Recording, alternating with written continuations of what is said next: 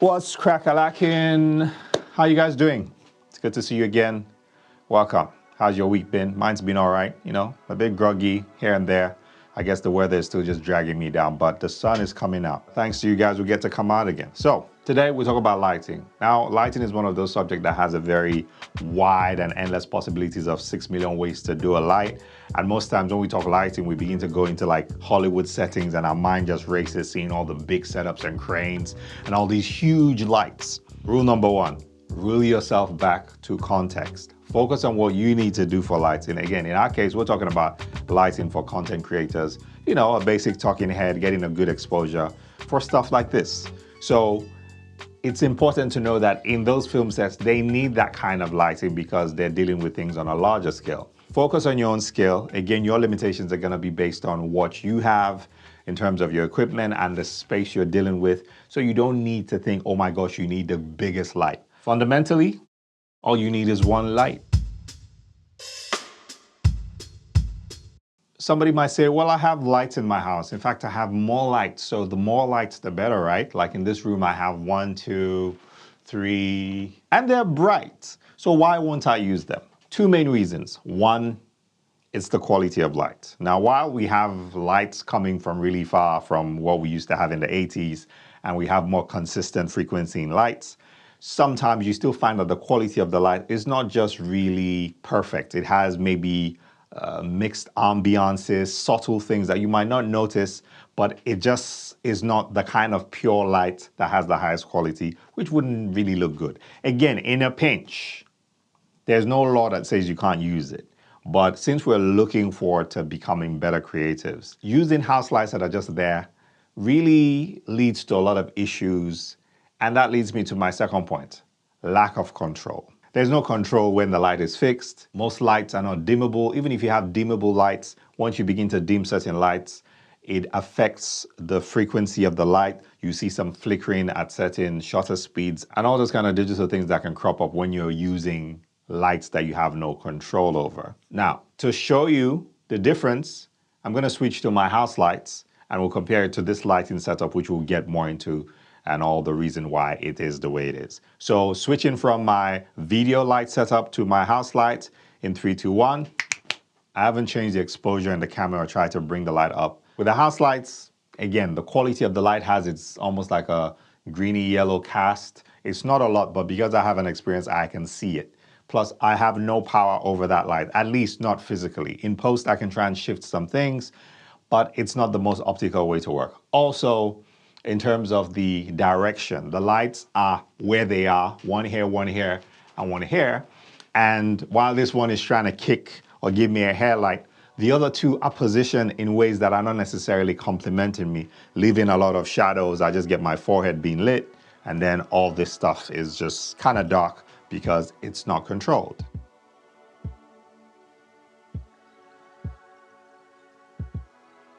Let's talk about the two types of lights kind of available for film and video makers or content creators right now. Times have really changed. Back in the day, you used to have things called tungsten lights. These were like kind of very hot lights. The color temperature was very warm. Remember when I used to work in a media house called Nigezie, we used to have these redheads. They were like these kind of mini lamps that had a red fixture. It felt like those work lights that when you're passing on the road, if they're doing construction or paving the road, they used to put at night. The light was good for skin tone because it had a good CRI, which is basically refined to the color reference index. They weren't very efficient. The ones at least that I experienced, most times the bulb would just blow. Also in the industry, you had the HMIs, which were kind of a more daylight balanced light, great for outdoor stuff, really high intensity to match the sun. And you can't just plug it into your house wall. It needed its own robust power grid, like high intensity power grids where cookers would be. I'm sure in some Hollywood sets that have like the big brands like the Aries, some people might still use those. But even those companies are evolving. Now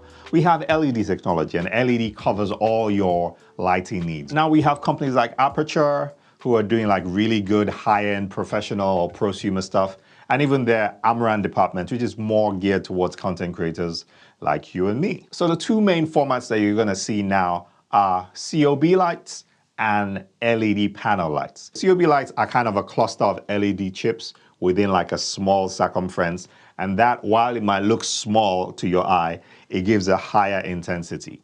Panel lights are really good too. Like in my living room, I'm using the Amaran P60X, which is a bicolor light.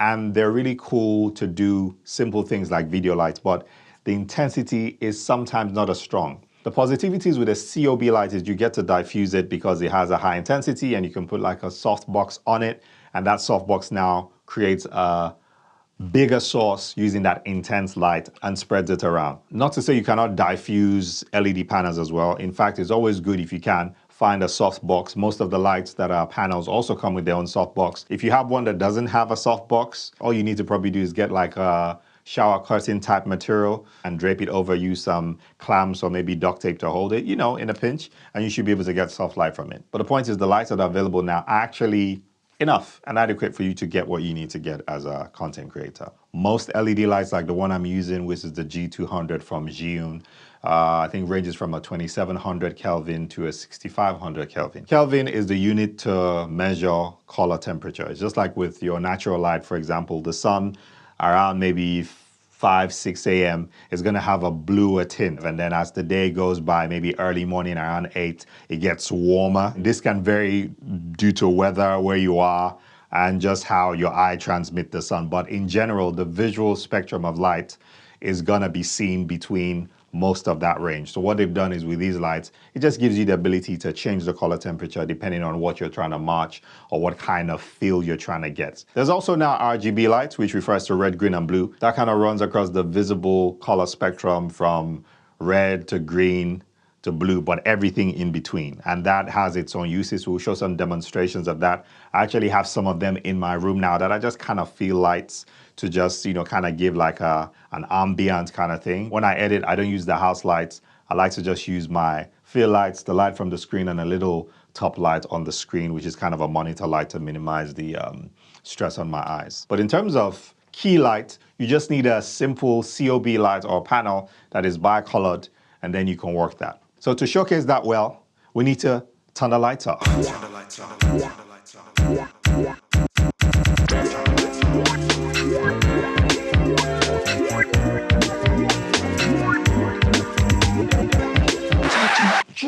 Power on the chair, pull the water, dirty wine.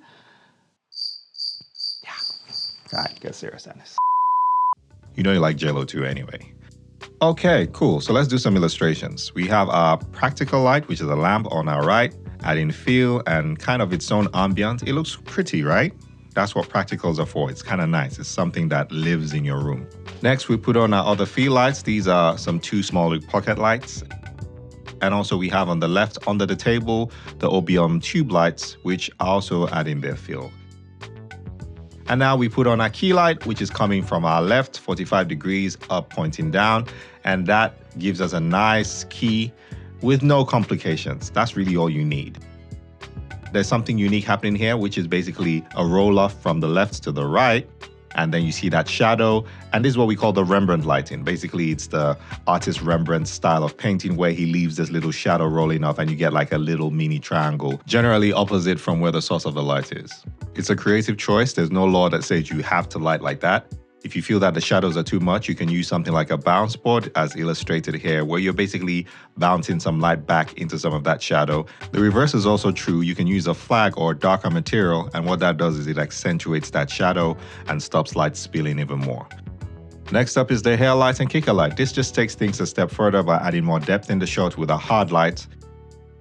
It's creating this nice shape on my right.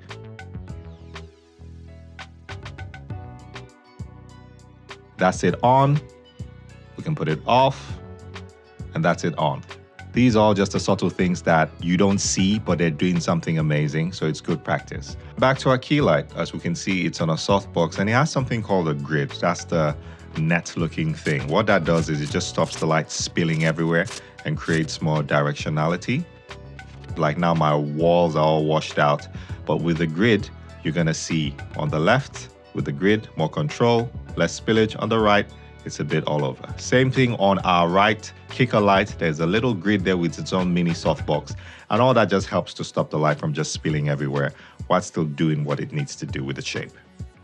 Now, if we take the softbox off, we see what a COB light looks like. It's really just a concentration of LED chips, and that is by no means a way to light. As you can see, it's very intense, and now it's making shadows pop up behind me, like you see the mic stand, the screen, and that's not ideal at all. I wouldn't do that, but except it's a stylized thing, but not normally. Over to the living room now. We're doing an illustration with a Varipole, my blanket on my sofa, and some clamps. And we just want to use that as a backdrop while we illustrate with the Amaran P60X. It's a bicolor light. That's what I usually do my vlogs in the living room with. And it has its own softbox and grid as well. As you can see, same concept, lighting us from our right, and it spills over to the left, creating the Rembrandt lighting. And if you feel that that shadow is a bit much, you can also bring a wide bounce board to kind of just feel some of that. Or same thing, use a flag if you feel you want more shadows. Next is the Aperture MC. These are really nice little powerful pocket lights from Amaran's mini series, and they're super pies, they're app controllable, and they also have RGB. So they're really versatile lights you can use to create fields, a bit like the small rig one I'm using under my gear desk. And you can play with interesting things like complementary colors, the usual teal and orange, or you can do contrasting colors like maybe the red and the green. Next, we have the tube lights, the Obium ones. These are the ones under my desk, and they're also RGB. Yes, they don't have app control, and they're not as strong compared to other tube lights. They're kind of cheap. They have their remote thing, but still in a pinch, you can use these lights. They can also be used as a nice key light. As you can see, they have a nice clean white color. So I'll recommend them as a little cheap light to start you off with if you need that. Also, we have the RF10C portable zoom LED video light. It's like a torch light from SmallRig, and it's actually interesting. It has some gobos that go with it, and that just gives you a lot of creative things. As you can see, I'm using one of the window looking gobos, hitting me with a shadowy kind of thing, stylized look. Here I'm in a club if you want to do like a cyberpunk club and you're doing your thing. And now on the right, I have the MC complementing me with the purpley color, and then the RF10C on the right giving me some shape. So these are just ideas of how you can play with lights like these and just create nice things. Like now we're on the spot mode, and that's cool. Again, another proof of concept, product photography / videography. You can design your nice light. We have the RF10C doing a little shape on the background. We have the MC giving the backlight, and the Obium's kind of giving the kicker on the right. And then I have my X100 light from Zhiyun, also kind of just adding some feel. Similar concept here. We have the RF10C giving like the glow light from the back, changing the background, and Bob's your uncle. Go out there and be creative. No excuses. You can use what you have. And while these are not perfect examples by any means, it's just showing you what you can achieve with the little lights you have.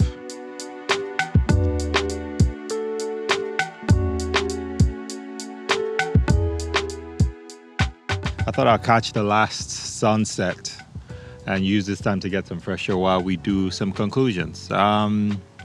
So yeah, I hope you guys enjoyed the illustrations for the lighting. It took a while. It's one of those things, and I had a busy week. I had to go cover an event, come back, and all that.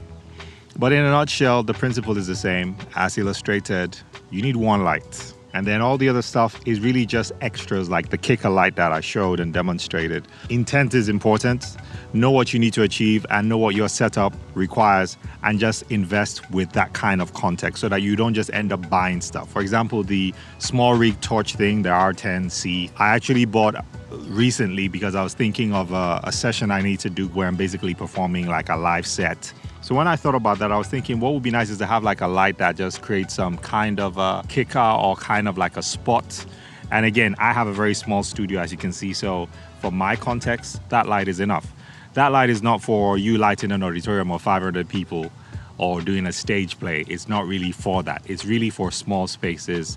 And as you can see from the demonstrations, there are many creative things you can do with it with the gobos and all that. So always remember, context is important. Also, along the line of investment, all the lights that were shown in this video, disclaimer, were bought by myself with my own money. And again, they were not bought all at once, some more recent than others. But the mindset was, I looked at the things that I would need to do with lights, i.e. I knew I was gonna need a light to shoot my videos, and maybe something for even when I go out that needs to be stronger. That's why I bought the Zhiyun G200. Like even with the softbox, if you notice, it doesn't have to be that big for the space I have. So I thought, let me get a bigger softbox so that if I need to go shoot like a little event or in a little venue or a little restaurant scene or something, I have something to be able to diffuse and shape my light good enough. So it's all about being savvy and kind of just thinking ahead and planning so that you don't just end up buying things because you saw it on YouTube and stuff. Yeah.